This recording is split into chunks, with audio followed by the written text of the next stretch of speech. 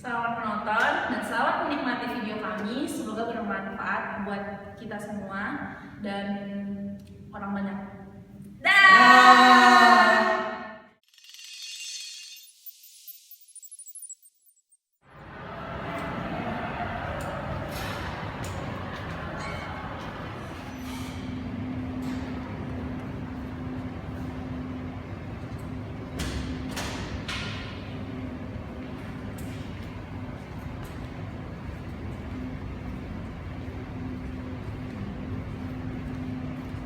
Pagi anak-anak. Pagi Pak. Yang manajer kelas harap memimpin doa sebentar ya. Teman-teman, sebelum kita mulai pelajaran kita pada hari ini, marilah kita berdoa menurut agama dan kepercayaan kita masing-masing. Berdoa dimulai. Berdoa selesai. Silakan duduk. Ya, baik anak-anak. Pertemuan kita hari ini adalah mengenai proses dan investasi reksadana. Pertama-tama saya absenkan dulu ya. Ya Pak.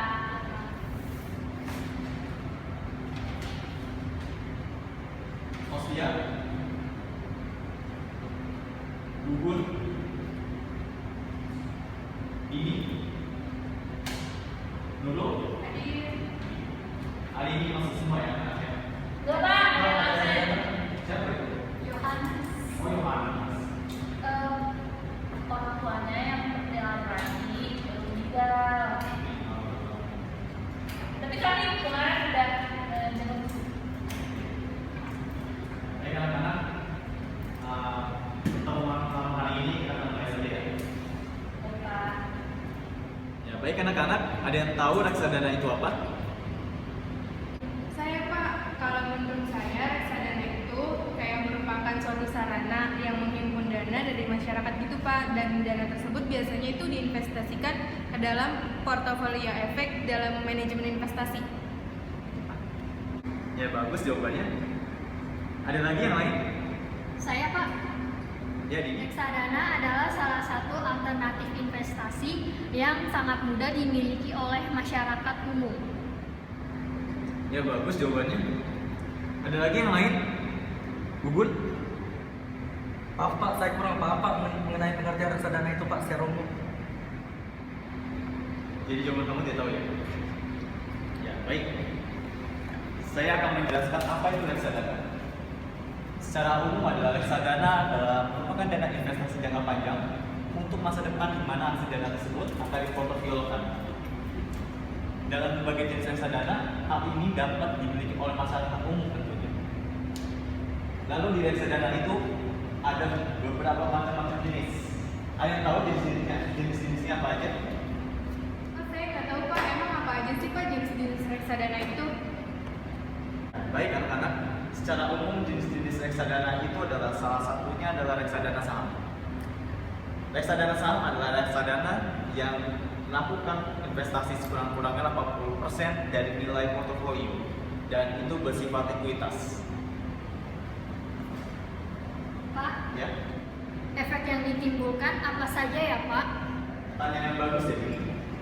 Jadi efek yang ditimbulkan itu adalah salah satunya adalah memberikan potensi hasil yang lebih tinggi berupa capital gain melalui pertumbuhan harga saham dan dividen. Maka dari itu reksadana dapat memberikan potensi pertumbuhan nilai investasi yang paling besar. Demikian juga dengan risikonya. Dari efek investasi reksadana tersebut, risikonya apa saja ya Pak? Ya, risikonya itu adalah risiko yang paling besar dari nilai reksadana adalah risiko yang berkurangnya itu adalah nilai unit penyertaan. Paham semuanya? Saya belum Pak. Ya? Pengurangan nilai pernyataan itu seperti apa ya Pak? Yang berkurangnya ya. Yang berkurangnya dalam risiko dalam reksadana itu adalah suatu jumlah unit penyertaan Anda pada sebuah reksadana terjadi karena adanya fluktuasi dari harga aset-aset atau efek pada reksadana tersebut. Bapak, kelebihan dari reksadana apa saja ya Pak? Kamu lagi yang bertanya ya. Jadi kelebihan reksadana itu adalah di bagian orang yang mengelola investasinya tersebut. Orang yang mengelola investasi tersebut adalah orang yang sudah berkompeten di bidangnya. Dengan kemampuan analisa yang fundamental dan teknikal, risiko-risiko yang dapat muncul di atas dijadikan sebagai acuan dalam pengambilan keputusan strategi investasi dalam reksadana. Paham semuanya? Sudah paham, Pak. Bagus ya anak-anak ya. Ada yang ingin bertanya? Bapak, saya ingin bertanya mengenai cara memilih reksadana dalam pasar modal. Cara terbaik itu seperti apa? Cara memilih reksadana. Pertanyaan yang bagus. Dalam cara memilih reksadana itu ada 6 cara. Yang pertama adalah memilih jenis reksadana yang sesuai dengan tujuan keuangan kita. Yang kedua adalah memilih usia reksadana sesuai dengan pilihan Anda. Yang ketiga adalah bagaimana uang Anda akan divestasikan. Lalu selanjutnya adalah dana kelolaan perusahaan, manajemen investasi. Yang kelima adalah layanan yang diberikan terhadap Anda. Dan yang terakhir adalah Anda harus membandingkan dengan teliti biaya-biaya reksadana yang tidak akan Anda beli nanti. Mungkin dari kalian bisa melihat slide yang ada di sini. Di sini adalah slide cara memilih kalian dalam menginvestasikan reksadana. Terima kasih Bapak. Kita harus sejak dini harus paham mengenai pasar modal karena akan berguna di dunia pekerjaan kita nanti, Pak. Saya ingin bertanya lagi, Pak. Bagaimana peran penasihat umum dalam investasi reksadana, Pak? Peran dalam investasi reksadana ya? Ya. Peran dalam penasihat reksadana itu adalah ada 3 syarat wajib untuk memenuhi untuk menjadi penasihat dalam investasi reksadana. 3 syaratnya itu adalah yang pertama kali tidak pernah melakukan perbuatan tercela dan atau dihukum karena terbukti melakukan tindak pidana di bidang keuangan. Yang kedua adalah memiliki akhlak dan moral yang baik. Dan yang terakhir adalah memiliki keahlian di bidang pasar modal. Mungkin dari 3 syarat ini, apakah kalian sudah paham semuanya? Sudah paham. Sudah paham semuanya? Ada yang ingin bertanya? Saya Pak, saya mau nanya, bagaimana sih Pak agar kita bisa menjadi seorang investor? Cara menjadi investor ya? Cara menjadi investor itu cukup mudah, simple, dan sangat mudah. Yang pertama adalah datang ke perusahaan sekuritas di dekat kota Anda. Yang kedua adalah ketika kalian sudah datang ke perusahaan sekuritas, kalian mengisi formulir untuk mendaftar yang telah disediakan oleh pihak perusahaan sekuritas.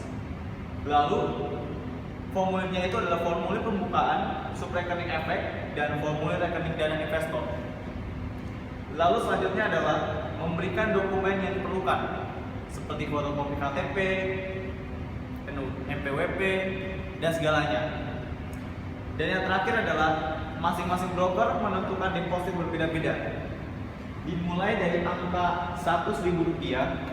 Setelah itu disetujui, selanjutnya kita sudah siap untuk bertransaksi sebagai investor. Cukup mudah bukan?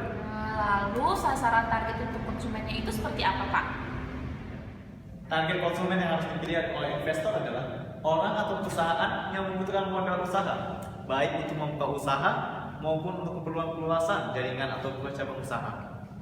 Nah, caranya itu adalah kita menyerahkan sejumlah uang kepada orang atau perusahaan tersebut. Lalu setelah itu kita akan mengadakan Memorandum of Understanding atau biasa disebut dengan MOU atau perjanjian di atas materai untuk pembagian keuntungan. Setelah itu biasanya keuntungan itu berupa persentase. Ada yang 30%, ada yang 70%, ada yang 40%, 60, 50/50%, dan lain sebagainya. Oh gitu Pak, jadi untuk kriteria sasarannya itu gimana? Pertanyaan yang bagus. Kriteria untuk menjadi investor reksadana itu ada 4 macam. Yang pertama adalah paham dan mengenai dari soal investasi. Yang kedua adalah secara mandiri membuat perencanaan keuangan.